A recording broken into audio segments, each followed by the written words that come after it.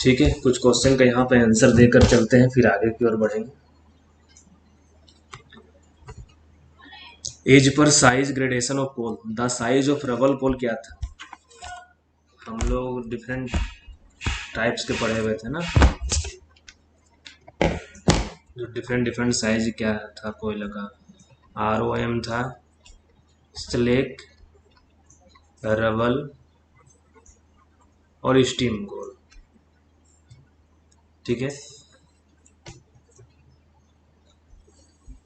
ये क्या हो गया 25 to 50 mm वाला।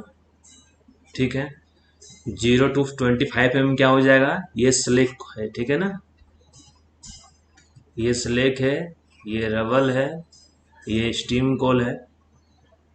और ROM हो गया कि अनस्क्रीन साइज का, मतलब इसके अंदर कोई भी कोयला है ना वो ROM के अंदर आ जाता है। ठीक है, सेकंड में which factor is considered in the calculation of UHB of non coking coal. जो यूजफुल हीट वैल्यू के बेसिस पे नॉन कोकिंग कोल का जो ग्रेडिंग किया गया है, तो कौन कौन सा फैक्टर उसमें हम लोग कंसीडर करते हैं? Carbon and moisture content consider करते हैं, या कार्बन एंड वोलेटाइल मैटर, या एस एंड वोलेटाइल मैटर, या एस एंड मॉइस्चर कंटेंट, क्या कंसीडर करते हैं? यूजफुल हीट वैल्यू में फॉर्मूला याद करो, यही था ना। तो क्या कंसीडर करते हैं, एस प्लस मॉइस्चर कंटेंट ना।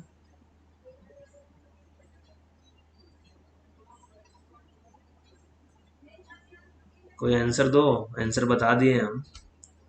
रिकॉल कर पा रहे हो यूजफुल हीट वैल्यू? हाँ, तो इसका ऑप्शन क्या हो जाएगा, ऑप्शन डी।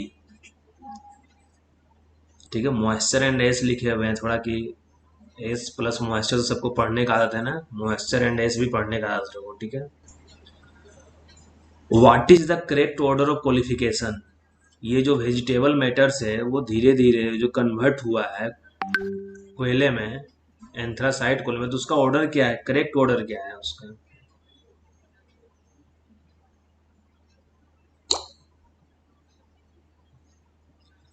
फर्स्ट का आंसर बी है। ठीक है, सेकेंड का आंसर डी है, थर्ड का आंसर पूछ रहे हैं। ठीक है ना, मतलब क्या था कि पहले वेजिटेबल मैटर था।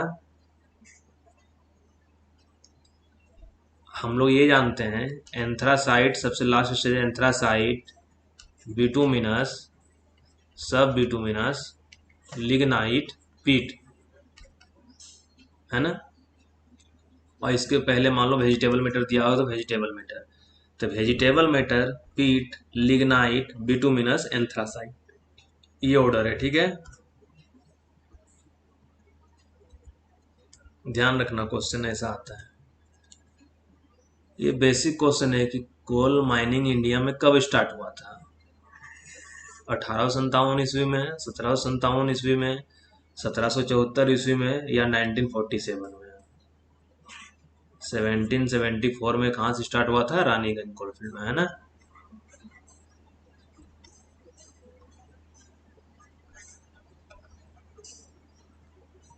व्हाट इज केकिंग इंडेक्स अभी छोड़ देते हैं, ये अभी पढ़ेंगे तो इसका आंसर दे पाओगे। Which state has the largest coal reserve in India? किस स्टेट में लार्जेस्ट कोयले का रिजर्व है इंडिया में? तो झारखंड में। ठीक है, which is most impure band in coal, ये छोड़ कर रखे थे, ये आज कवर करेंगे। कौन है सबसे इम्प्योर बैंड? वीट्रेन, क्लेरेन, ड्यूरेन, फ्यूजन। तो फ्यूजन जो है ना, ये सबसे इम्प्योर बैंड है। ठीक है, पूरा डल अपियरेंस होता है, कोई कलर वगैरह नहीं होता है। ये पिक्चर में दिखाएंगे कैसा होता है।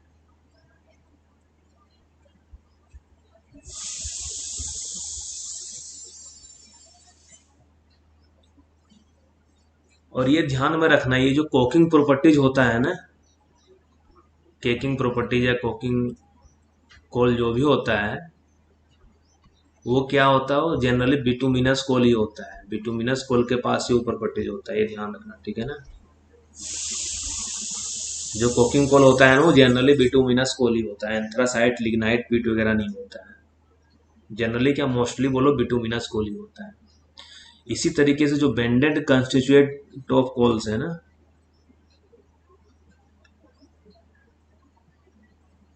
क्या अनिल पूछ रहे हो, दीजिए।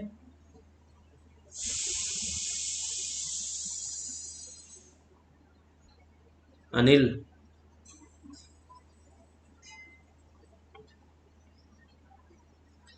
तो ये जो बिटुमिनस कोल है ना, इसी में जनरली जो कंटेन होता है, चार प्रकार का विजिबल बैंड, विट्रेन, क्लेरेन, ड्यूरेन, फ्यूजन, ये ध्यान में रखना, विट्रेन, क्लेरेन, ड्यूरेन, फ्यूजन, ठीक है।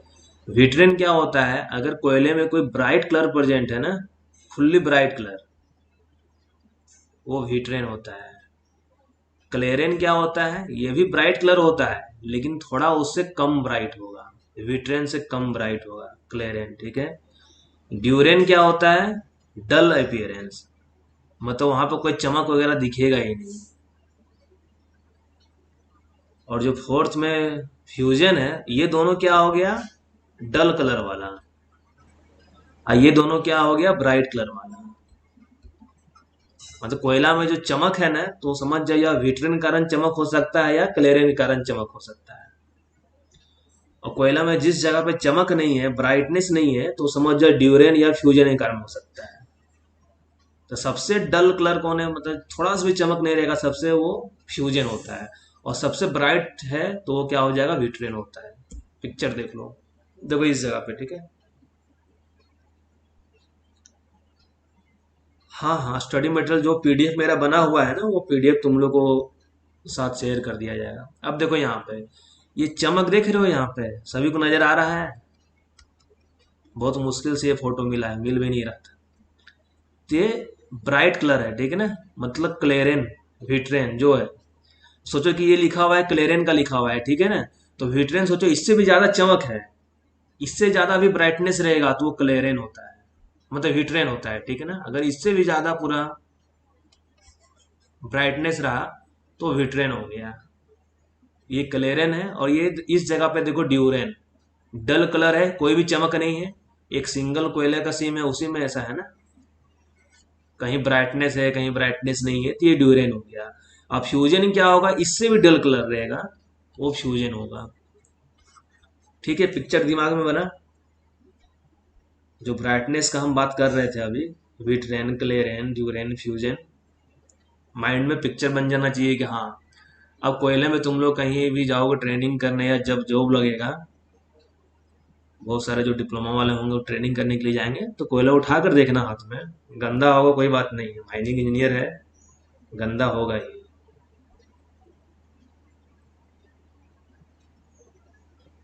ठीक है ना। तो वीट्रेन का पूरा ब्राइट कलर रहेगा, क्लेरेन थोड़ा डल कलर रहेगा, ड्यूरेन फ्यूजन, ठीक है।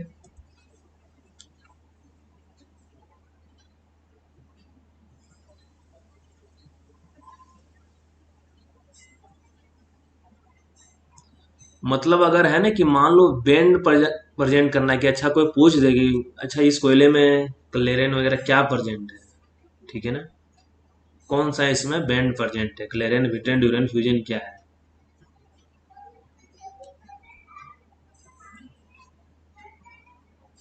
ठीक है।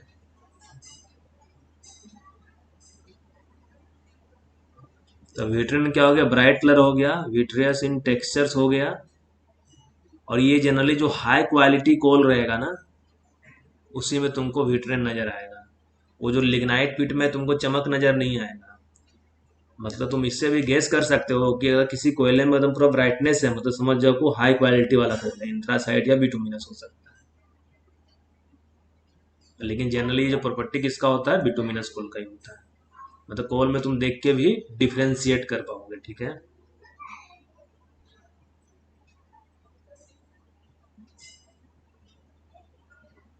ये भी क्लेरेन क्या होता है, ये रिजेंबल्स करता है विट्रेन, जिस तरीके से विट्रेन में प्रेजेंट, मतलब क्लेरेन कि मतलब जिस तरीके से विट्रेन है उसी तरीके से सिमिलरली क्लेरेन भी रहता है, लेकिन इसका ब्राइटनेस थोड़ा कम रहता है।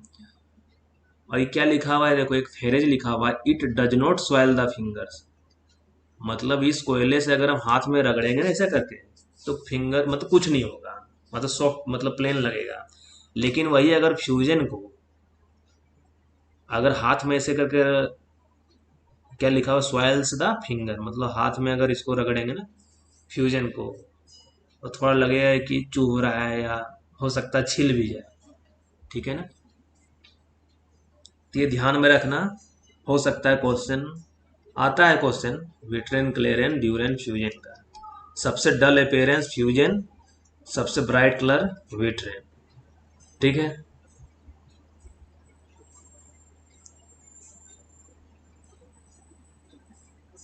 इस जगह पे देखो यहाँ दिखाया हुआ है ये ड्यूरेन है, ये जो है ना कोई चमक नहीं है, इस जगह पे भी कोई चमक नहीं है, ये फ्यूजन हो गया, तो ये फ्यूजन। ठीक है, और ये जो ब्राइट कलर है वो विट्रेन हो गया।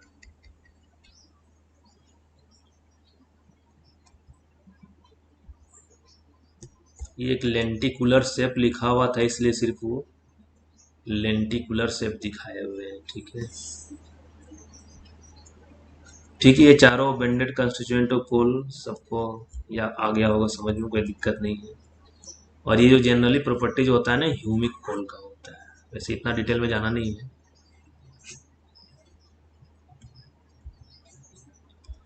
थोड़ा एक चीज हम जो पिछला क्लास में बताए हुए थे ना, ये पूरा करेक्शन करके डाल दिए हैं, वहां पे था ना पूरा रॉन्ग दिया हुआ था ना।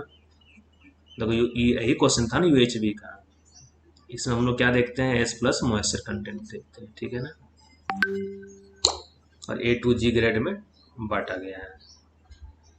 तो ये ध्यान रखना, उस दिन जो हम बता रहे थे ना फॉर्मूला में थोड़ा सा यहाँ पे है क्या, कि यूजफुल हीट वैल्यू का जो फॉर्मूला है बराबर 8900 माइनस 138 इंटू ए प्लस एम। इसमें क्या था कि जो वोलेटाइल मैटर में जो है ना प्रत्येक 1% से 19% वोलेटाइल मैटर है, तो कोई दिक्कत नहीं है, लेकिन प्रत्येक 1% से मतलब 19 से अगर 18% हो रहा है, 18 से 17 हो रहा है, 17 से 16 हो रहा है, तो क्या होगा, प्रत्येक जितना केजी सैंपल रहेगा, तो प्रत्येक केजी सैंपल के लिए जो भी ये मान लो यूजफुल हीट वैल्यू यहाँ पे आएगा, उसमें से हमको 150 किलो कैलोरी 1 केजी के लिए माइनस कर देना है। तो क्या है यहाँ पे हम जो बता रहे हैं कि एग्जाम्पल उस दिन दिए तो थोड़ा सा वो 2 केजी कोयला है। ठीक है ना, तो 19 से 18 जा रहा है, मान लो यूजफुल हीट वैल्यू यहाँ पे आ गया 5000 किलो कैलोरी है। लेकिन क्या बताया हुआ है कि ये जो वोलेटाइल मैटर का कंटेंट है ना वो 16% है। तो उस केस में पूछेगा यूजफुल हीट वैल्यू क्या होगा। तो ये जो यूजफुल हीट वैल्यू निकाले हैं ना, इसमें हमको थोड़ा सा ये सब्ट्रैक्ट करना होगा। क्या है कि 1 केजी के लिए 150 किलो कैलोरी, जैसे 1% गए हैं तो यहाँ 2 केजी है, तो 2 केजी के लिए कितना से माइनस हो जाएगा, 300 केजी से। फिर 18 से 17 गए हैं, 1% और कम हुआ है, तो फिर हमको यहाँ 2 केजी सैंपल के लिए 300 किलो कैलोरी माइनस करना होगा। फिर 17 से 16 गए हैं 300 कैलोरी, मतलब टोटल कितना हो जाएगा, 300 प्लस 300 प्लस 300 मतलब 900 किलो कैलोरी। माइनस इसमें कितना करना होगा, 900 किलो कैलोरी, तो ये आएगा 4100 किलो कैलोरी। जो फाइनल यूजफुल हीट वैल्यू आएगा जब वोलेटाइल मैटर कंटेंट अगर 19% से कम रहेगा, तो उस केस में इस तरीके से कैलकुलेट करना है। ठीक है, अगर मान लो सैंपल दे देगा यहाँ पे 4 केजी सैंपल है, ठीक है, और वोलेटाइल मैटर क्या कहते हैं कंसंट्रेशन मान लो परसेंटेज 17% है, ये मान लो 17% है। ठीक है ना, और सैंपल कितना 4 केजी लिए हुए हैं, तो 18%, 1% से रिड्यूस हुआ है, तो हमको 150 किलो कैलोरी 1 केजी के लिए माइनस करना होगा। तो 4 केजी के लिए कितना माइनस करना होगा, 600 केजी।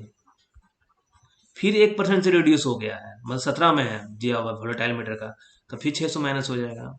तो मतलब टोटल माइनस कितना होगा, अगर मान लो 500 ही दिया हुआ है, तो 5000 है माइनस 1200 बराबर 3800। ठीक है, ये यूजफुल हीट वैल्यू रहेगा किसके बेसिस पे, जब एस प्लस मॉइस्चर कंटेंट तो ठीक है दिया हुआ है, लेकिन जो वोलेटाइल मैटर का परसेंटेज है वो 19 से कम रहेगा, तो उस केस की बात है। ठीक है,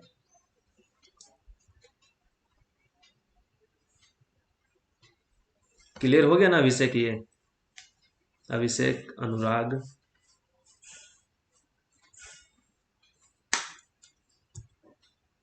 प्रभाकर, अनिल, विक्रम, ठीक।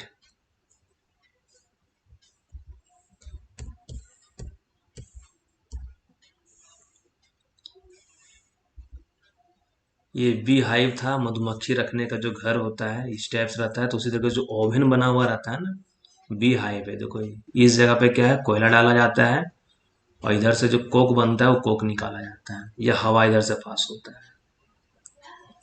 ठीक है, तो ये जो ओवन होता है ना, वो दो प्रकार का होता है। There are two types of beehive coke oven plants. क्या क्या होता है दो प्रकार का, ऑर्डिनरी और कन्वेंशनल टाइप, जिसको हम लोग सब्जी भट्ठा बोलते हैं। सब्जी भट्ठा कैसे यार, जैसे मान लो घर में अगर पार्टी वगैरह कुछ फंक्शन होता है, अभी तो गैस चूल्हा आ गया है ना, पहले के जमाने में जो ईटा का चूल्हा वगैरह बनाता था, तो उस केस में क्या था, हमसे बनेगा कि नहीं पता नहीं। ठीक है ना, इधर से मान लो लकड़ी वगैरह डाल रहा है और ऊपर से जो भी बर्तन वगैरह डाल के उसको गर्म कर रहा है। ठीक है, तो जनरल लैंग्वेज में ऑर्डिनरी और कन्वेंशनल टाइप को हम लोग क्या बोलते हैं, सब्जी भट्टा, और इंग्लिश टाइप को हम लोग टाटा भट्टा बोलते हैं, या CFRI भट्टा, सेंट्रल फ्यूल रिसर्च इंस्टीट्यूट, या टाटा का जो भट्टा है ना, उसको बोला जाता है इंग्लिश टाइप। तो दोनों क्या है, बाहर से देखने में दोनों सेम लगेगा। देखो ये, देखो ये जितना दिख रहा है ना,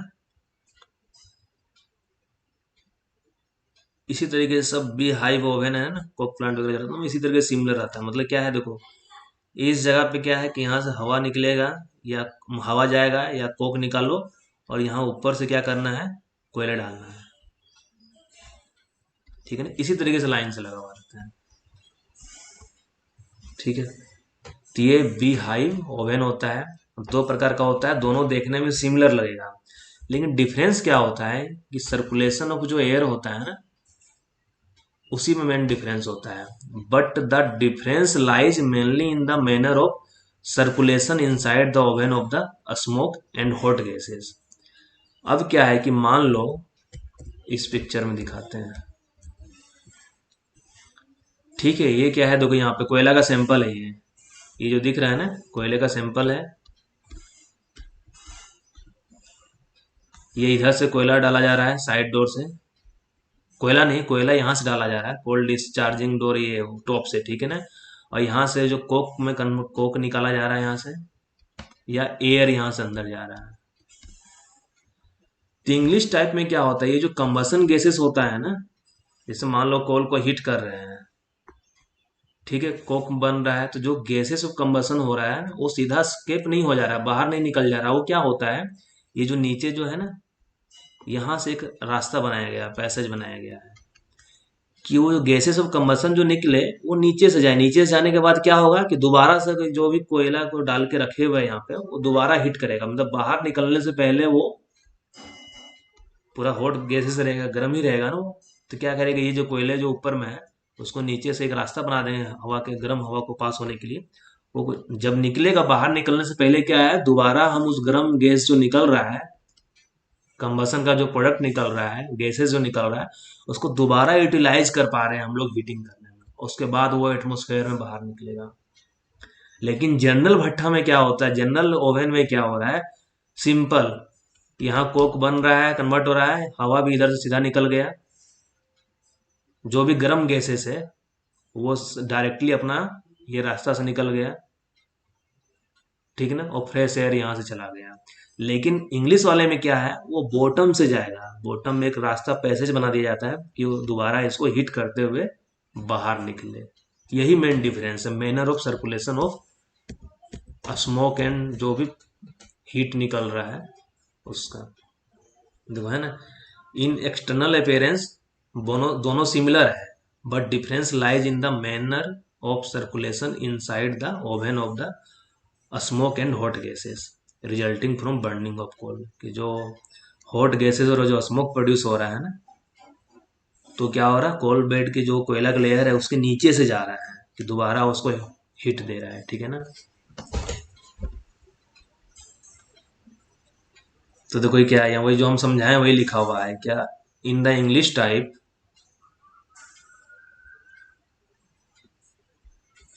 इन the English type there are flues, मतलब क्या, पासेज, पैसेज रहता है for the hot gases below the refractory refractory brick floor. Refractory brick floor क्या होता है, मतलब ऐसा हीटर आता है कि हाई टेम्परेचर के साथ भी उसमें कोई दिक्कत ना हो, ठीक है ना। तो ये देखो यहाँ पर रिफ्रैक्ट, क्या कहते हैं, रिफ्रैक्टरी लेयर भी है, देखो है ना, ये जो लेयर दिया हुआ है।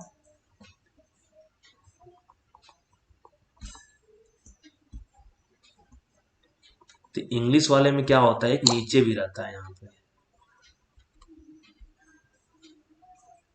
कि ये कोयला है, यहाँ रिफ्रैक्टरी ब्रिक लेयर रहा, और इसी के नीचे से हॉट गैसेस पास हुआ,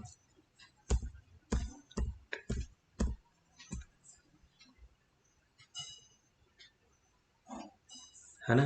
the refractory brick floor of the coal bed but not on the side, मतलब ये नहीं कि सीधा साइड से निकल गया, पहले वो नीचे से पास होगा।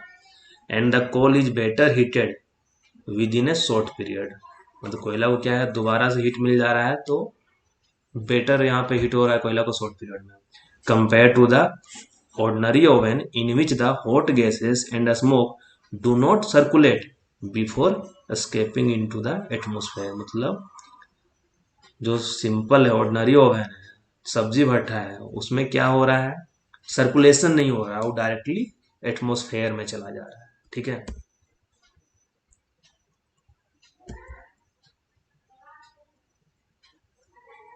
तो ये ध्यान रखना है कि दो प्रकार का ओवन हो रहा है, होता है, ऑर्डिनरी और इंग्लिश टाइप। ये ध्यान रखना है कि इंग्लिश टाइप को क्या बोलते हैं, क्वेश्चन का ईसीएल का जो लेवल देख के लगता है ना, कुछ भी पूछ देगा कि इंग्लिश टाइप जो ओवन होता है उसको क्या सब्जी भट्टा बोलते हैं, टाटा भट्टा सी और सी फ्राई भट्टा, जो भी पूछता है ऐसा क्वेश्चन पूछ सकता है, हो सकता है। या दोनों में क्या डिफरेंस होता था, डिफरेंस क्या है, manner of circulation of smoke and hot gases.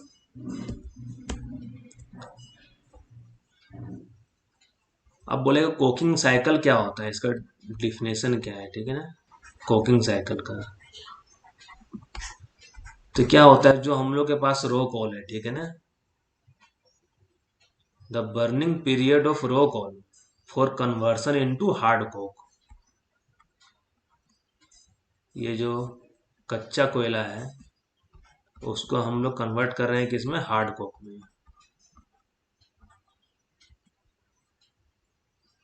तो ये जो टाइम टेकिंग ले रहा है ना, इसी को हम लोग कोकिंग साइकिल बोलते हैं। और ये जनरली क्या होता है, जो इंग्लिश ओवन है ना उसमें 36 आवर होता है, और उसको हम लोग और रिड्यूस कर सकते हैं, अगर कोयला कोयला का क्वालिटी अच्छा, कोयला वाला क्वालिटी रहेगा, अच्छा क्वालिटी का कोयला रहेगा, तो उस केस में ये जो बर्निंग पीरियड है वो 36 आवर से कम होकर 24 आवर भी जा सकता है। लेकिन ऑर्डिनरी जो ओवन होता है ना उसमें नॉर्मल बर्निंग पीरियड होता है वो 72 आवर्स होता है। तो क्वेश्चन ये भी आ सकता है कि पहले तो पूछ दे कुकिंग साइकिल क्या होता है। तो जो बर्निंग पीरियड है रो कोल को जो कन्वर्ट कर रहे हैं हार्ड कोक में, ये जो साइकिल है ना, जो टाइम लग रहा है, इसी को कुकिंग साइकिल बोलते हैं। और ये टाइम कितना होता है, इंग्लिश वाले में कम होता है, ऑर्डिनरी वाले में ज़्यादा होता है। ये भी इम्पोर्टेंट है। अब है कि कन्वर्जन फैक्टर कितना है, कि इंग्लिश टाइप में मान लो 4 टन रो कोल दे रहे हैं, तो इससे कितना कोक निकलेगा, कोक का क्वांटिटी क्या होगा, ठीक है। तो इंग्लिश वाले में क्या बोल रहा है कि अगर 4 टन कोयला दे रहे हैं ना तो हमको 3 टन हार्ड कोक मिलेगा। और हिंदी वाले में क्या है, मतलब ऑर्डिनरी वाले में क्या है कि 4.5 टन कोयला देंगे ना तो उस केस में हम लोग 3 टन मिलेगा हार्ड कोक। ये ऑर्डिनरी का केस है। और ये इंग्लिश वाला केस है, ये ध्यान रखना, ठीक है ना, कि एक बार में अगर इंग्लिश वाला जो अगर रहेगा ओवन, तो 4 टन उसमें कोयला डालेंगे तो उसमें है कि 3 टन हार्ड कोक निकल जाएगा।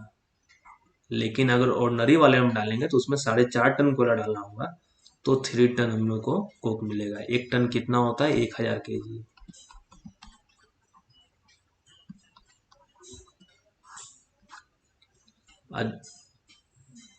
और जो भी रॉ कोल डाल रहे हैं हम लोग, जो माइन से जो भी कोयला निकल रहा है, मान लो बिटुमिनस कोयला जो भी है, जो कोकिंग कोल निकल रहा है, तो उसका साइज क्या होना चाहिए? क्रश्ड फॉर्म में होना चाहिए, पूरा चूर होना चाहिए, ठीक है ना।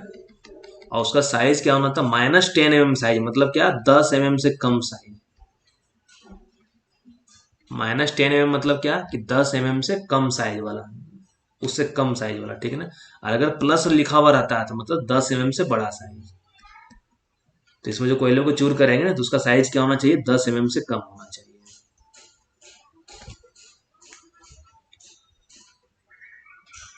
ठीक है। और जो कैपेसिटी होता है ईच ओवन का, मतलब एक बार में कितना कोयला डाल सकते हैं, और तो वेरी करता है, 3.5 से 5 टन ऑफ रॉ कोल डाल सकते हैं। मतलब क्रस्ट फॉर्म में हम लोग एक बार में 3.5 से 5 टन कोयला डाल सकते हैं। हाँ, 10 mm होता है 1 सेंटीमीटर, मतलब 1 सेंटीमीटर से भी कम साइज का हम उसमें कोयला का मतलब डस्ट बना के क्रश करके डालेंगे, ठीक है। ये बर्निंग पीरियड, कुकिंग साइकिल, ठीक है, कोई दिक्कत नहीं होना चाहिए। कन्वर्जन फैक्टर क्या है? ये डाटा है सिंपल कि 4 से 3, इसमें 4.5 से 3 मिलेगा। और साइज क्या होना चाहिए जो डालते हैं ओवन में हम लोग? वो -10 mm, मतलब 10 mm से कम साइज वाला होना चाहिए,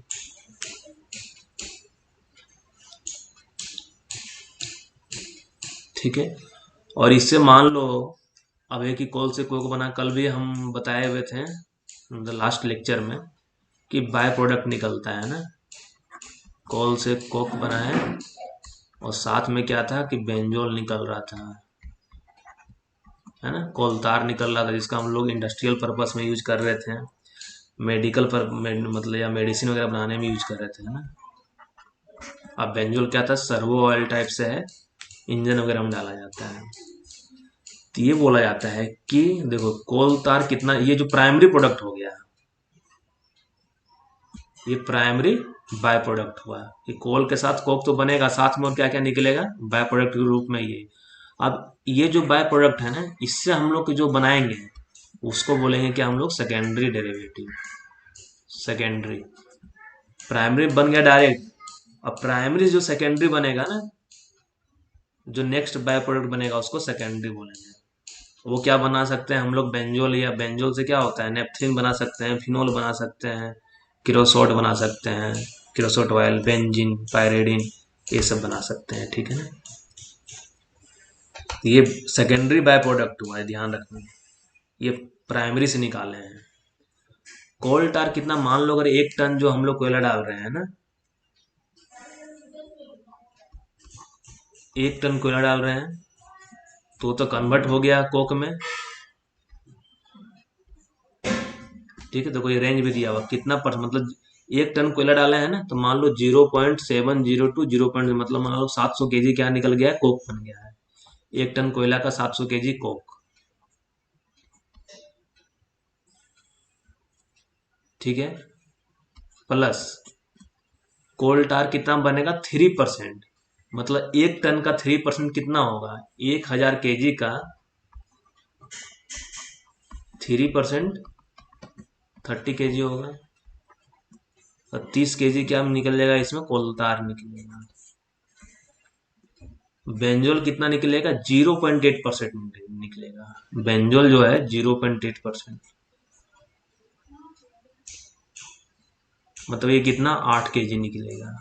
अमोनियम सल्फेट कितना निकलेगा? 1.1%, मतलब 11 kg निकलेगा। इस तरीके से दिया हुआ है, ठीक है ना। ये जो हम सबका डाटा बता दे रहे हैं एग्जैक्ट कितना निकलेगा। ये जो बाय प्रोडक्ट होता है कोल तार कितना निकलेगा? 3%। बेंजोल कितना निकलेगा? अप्रोक्स 0.8%। अमोनियम सल्फेट कितना निकलेगा? 1.1%। अब क्रूड पायरेडिन कितना निकलेगा? 0.006%। जहां भी परसेंट दिया हुआ था ऐसे निकालना है। 1000 kg इंटू 1.1% है ना, 1.1 डिवाइड बाय 100 कर दो तो कितना आ जा रहा है? ये कट गया, 11 kg बचा।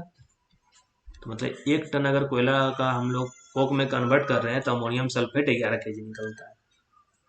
ठीक है ना, ये सारा प्राइमरी बाय प्रोडक्ट हुआ। अब ये जो प्राइमरी बाय प्रोडक्ट से हम लोग सेकेंडरी बनाते हैं, सेकेंडरी में क्या बन सकता है? Naphthalene, phenol, kerosene oil, benzene, पैराडिनिटिस। ठीक है।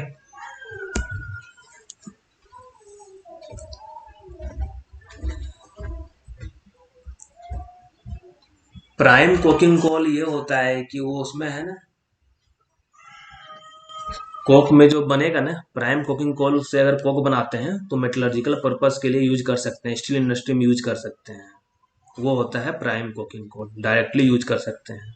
मतलब खुद वो कोल का क्वालिटी इतना अच्छा होता है कि जो भी कोक बनता है उसको हम लोग इंडस्ट्री में यूज कर सकते हैं, स्टील इंडस्ट्री में।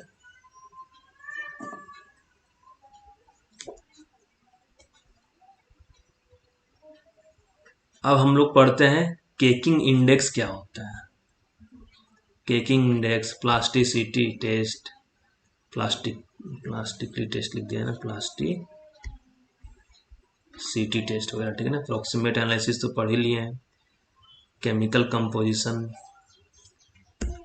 तो केकिंग इंडेक्स क्या होता है? अभी जो क्वेश्चन स्टार्टिंग में छोड़ कर रखे हुए थे ना, वो क्वेश्चन यहीं से बन जाएगा। जो केकिंग प्रॉपर्टी होता है ना कोयले का, उसको हम लोग एक न्यूमेरिकल डाटा से रिप्रेजेंट कर सकते हैं, जिसको हम लोग केकिंग इंडेक्स बोलते हैं, या उसको हम लोग एग्लूटिनेटिंग इंडेक्स भी बोल सकते हैं। एग्लूटिनेटिंग, ठीक है ना, एग्लू हो गया, एग्लूटिनेटिंग index.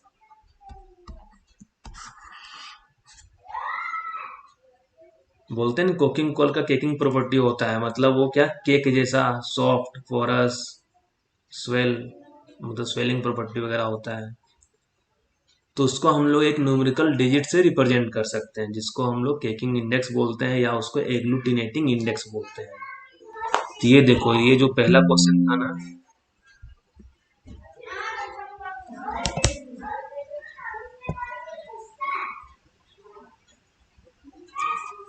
What is the caking index called, है ना, यहाँ पे agglutinating index, setter index, plasticity index, Protodyakonov index. क्या आंसर हो जाएगा?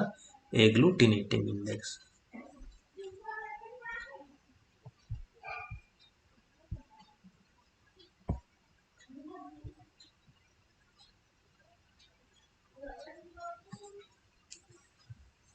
और केकिंग इंडेक्स एक तरीके से रिप्रेजेंट क्या करता है? केकिंग इंडेक्स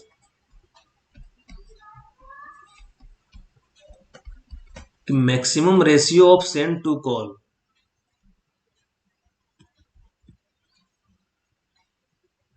कि कितना मतलब maximum ratio of sand to coal in a mixture, कि जिसको हम लोग कार्बोनाइजेशन करेंगे, मतलब in the absence of air heat करेंगे, तो gives A coherent mass capable of supporting A 500 gram weight. मतलब कितना रेशियो में हम लोग कोयले, मतलब बालू, मतलब सेंड या कोयले को मिक्स करेंगे कि जो हम लोग प्रोडक्ट मिलेगा ना वो 500 ग्राम का मिलेगा। बस सैंपल के लिए, लैब में टेस्टिंग करने के लिए, जब भी किसी का हम लोग केकिंग इंडेक्स निकालना रहता है ना, तो इसमें है कि किस रेशियो में हम लोग सेंड, ऊपर ध्यान रखना कि बालू है, सेंड है और नीचे कोयला है, और उस मिक्सचर को मिक्स करके उसका कार्बोनाइजेशन करेंगे, इन the absence of air heat करेंगे।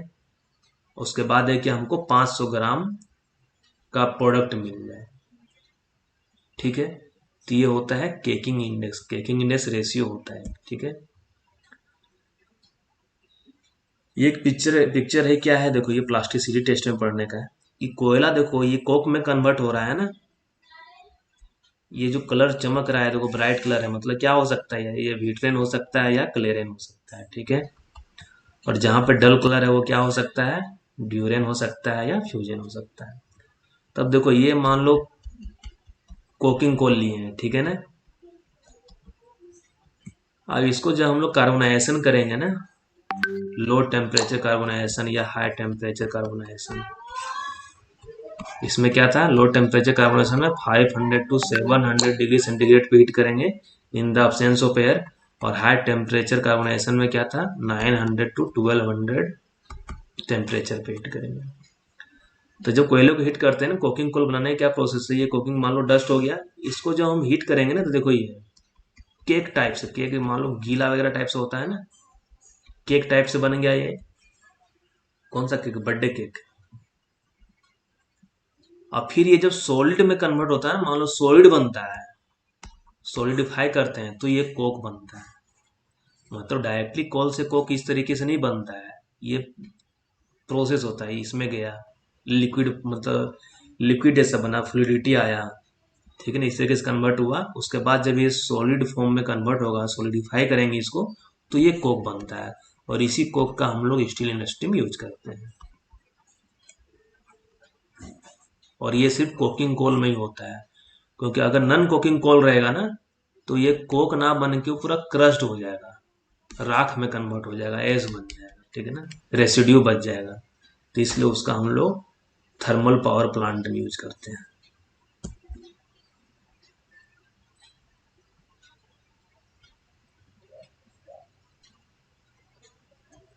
ये सिर्फ ध्यान रखना है ये पॉइंट को, बाकी ये सब काम का नहीं है। ये जो केकिंग इंडेक्स होता है, उससे क्या पता चलता है, caking index give only a relative idea of the capacity of the coal to yield को। केकिंग इंडेक्स किसी कोयला का क्या है, उससे देख के हम लोग उससे ये पता कर सकते हैं कि ये जो कोयला का, मतलब जो कोयला है वो कितना कोक दे सकता है, या उसका क्वालिटी क्या रहेगा, जो भी, ठीक है ना, कि वो कोक बनाने में सक्षम है कि नहीं, कैपेबल है कि नहीं।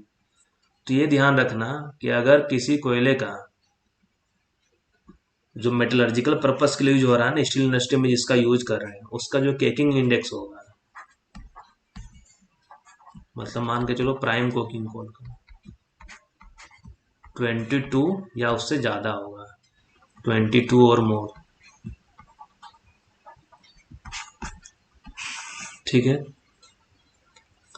तो देखो प्राइम कोकिंग कोल क्या था, ये बताए थे ना, कि coal which by itself gives on carbonisation coke suitable for metallurgical purpose या इंडस्ट्रियल, स्टील इंडस्ट्री के लिए जिस कोयले में एक मतलब प्रॉपर्टीज है कि कार्बोनेशन होने के बाद वो सुटेबल रहता है इंडस्ट्रियल, स्टील इंडस्ट्री के लिए, तो वो होता है प्राइम कोकिंग कोल। और इसका जो केकिंग इंडेक्स होता है 22 एंड अबव होता है। प्राइम कोकिंग कोल का केकिंग इंडेक्स 22 या उससे ज्यादा होता है। मीडियम कोकिंग कोल का केकिंग इंडेक्स जो होता है वो 17 से 22 के बीच में होता है, ठीक है। और ये जो सेमी कोकिंग कोल होता है, जिसको हम लोग ब्लेंडेबल कोल भी बोलते हैं, इसका क्या होता है, केकिंग इंडेक्स 10 से 17 होता है। ये ध्यान रखना इम्पोर्टेंट, कि प्राइम कोकिंग कोल उसका केकिंग इंडेक्स 22 और मोर होगा, मीडियम कोकिंग कोल होगा उसका 17 से 22 के बीच होगा, और जो सेमी कोकिंग कोल रहेगा, जिसको हम लोग ब्लेंडेबल कोल भी बोलते हैं, उसका 10 से 17 होगा,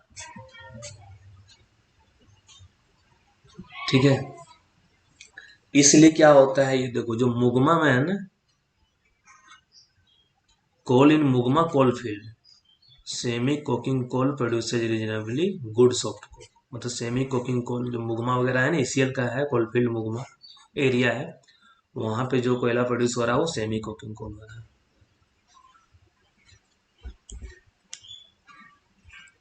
ये बाद में आते हैं, पहले थोड़ा सा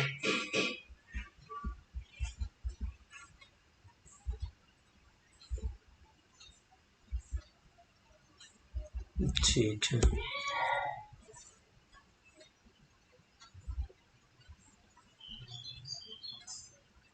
समझ में आया ये प्राइम कोकिंग कोल का केकिंग इंडेक्स। से पहले केकिंग इंडेक्स होता क्या है, वो एक न्यूमेरिकल नंबर है ना, न्यूमेरिकल डिजिट ही है ना, 22 का एक न्यूमेरिकल नंबर है, जिससे हम अगर कोई बोल देता है, कोई कंपनी वाला है, कोई बोलता है कि ये जो केकिंग इंडेक्स है कोयले का 23 है, तो क्या वो स्टील इंडस्ट्री में यूज हो सकता है कि नहीं, हो सकता है, कोई दिक्कत नहीं है। अगर 10 से 17 है तो उस केस में दिक्कत है, उसको डायरेक्टली हम लोग यूज नहीं करेंगे, उसको है कि प्राइम कोकिंग कोल के साथ फिर ब्लेंड करेंगे, मिक्स करेंगे, फिर उसको उस रेंज में लेकर आएंगे।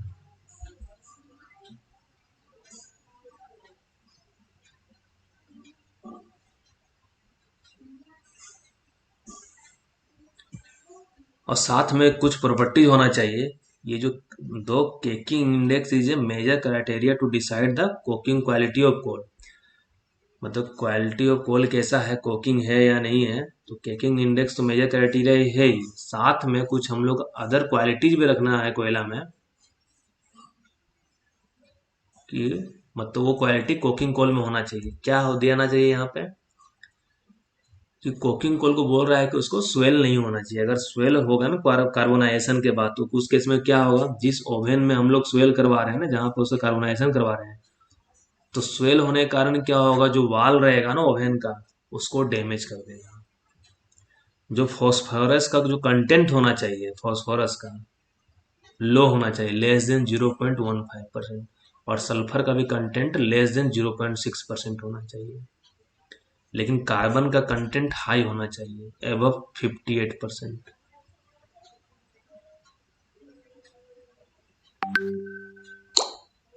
अगर कोयले में कार्बन का कंटेंट 58% रहेगा ना, तो उस केस में जो कोक बनेगा ना, उस कोक में कोयले का परसेंटेज जो मिनिमम रहेगा ना, 75% रहेगा कार्बन का परसेंटेज।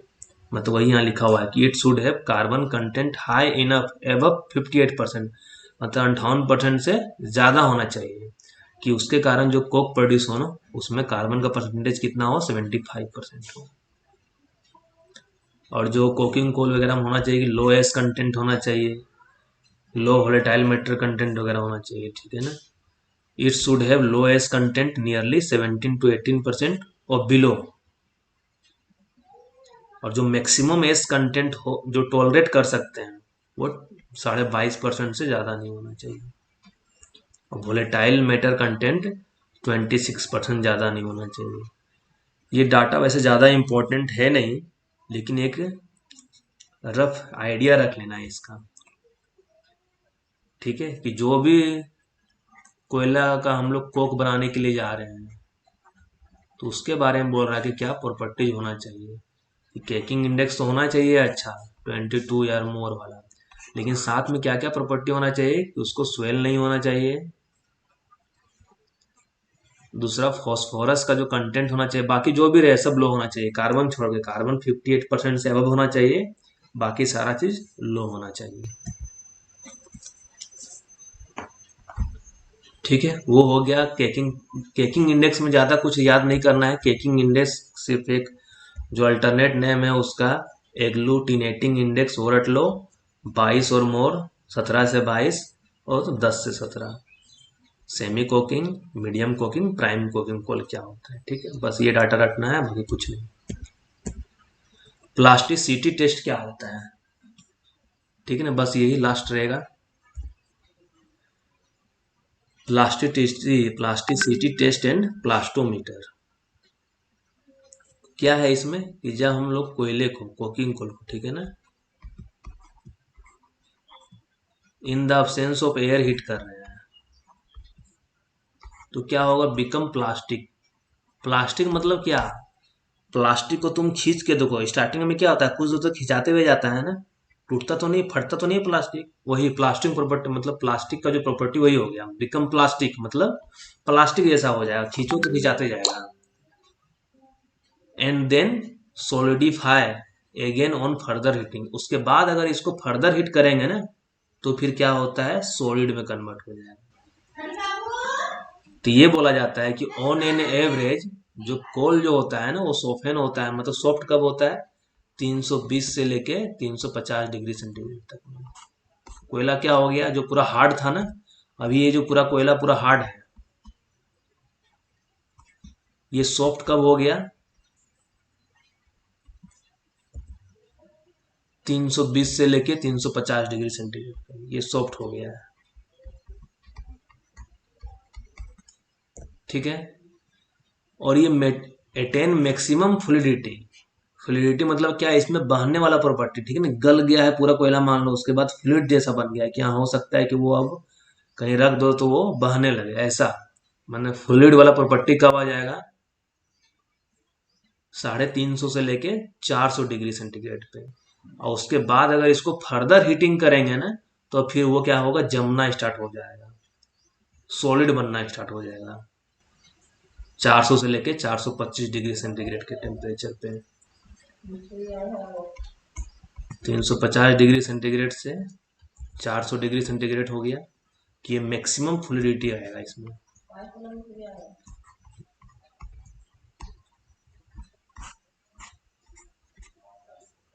ठीक है,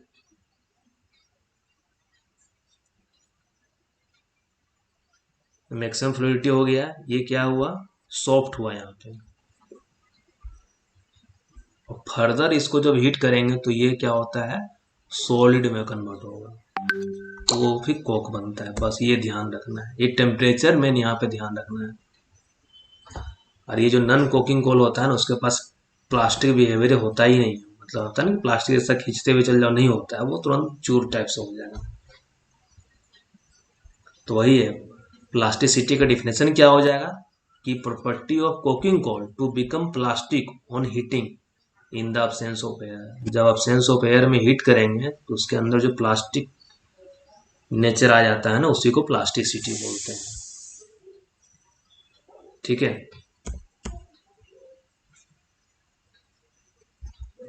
ठीक है, आज इतना ही रखते हैं। बाकी ये थोड़ा सा बचा हुआ है, इसमें तो अभी और क्लास लगेगा, कॉल वॉशिंग वगैरह है ना, कैसे कैसे वॉश करते हैं वॉशरी में, किस प्रिंसिपल पे वॉशिंग बेस्ड होता है, जिगिंग क्या होता है, फ्रोथ फ्लोटेशन क्या होता है, डिफरेंस इन स्पेसिफिक ग्रेविटी के कारण भी सेटलिंग रेट अलग अलग होता है, उसके थ्रू भी कॉल वॉशिंग होता है, ये सारा पढ़ेंगे। ठीक है, ठीक है, आज के लिए इतना ही रहने देते हैं। अब वीडियो है कि ऑटोमेटिक तुम लोगों के पास 2 घंटे के अंदर वो ऐप में आ जाएगा। ठीक है,